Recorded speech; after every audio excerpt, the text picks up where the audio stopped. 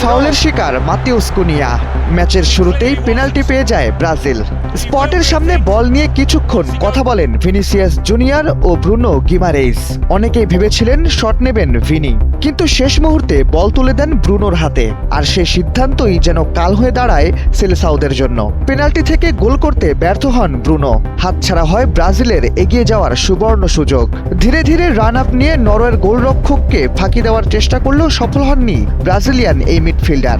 শেষ পর্যন্ত new jersey স্টেডিয়ামে নরওয়ের কাছে 2-1 গোলে হেরে বিশ্বকাপ থেকে বিদায় নেয় 5 বারের বিশ্ব চ্যাম্পিয়নরা। ম্যাচ শেষে তাই সবার মুখে একটাই প্রশ্ন, সুযোগ থাকতেও কেন পেনাল্টি নিলেন না Vinicius junior? Smile baby diaper এর সুপার অ্যাবজর্পশন টেকনোলজি এখন দেয় 30% বেশি শোষণ ক্ষমতা।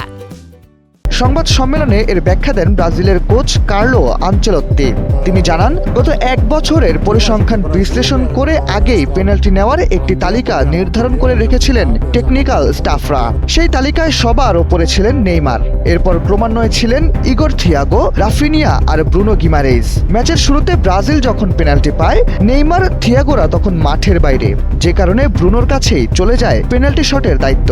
আনচেলত্তি বলেন, আমরা ব্রুনোকে ডেকে নিয়েছিলাম কারণ মাঠে থাকা খেলোয়াড়দের মধ্যে ওকেই সেরা বলে মনে হয়েছিল আমাদের।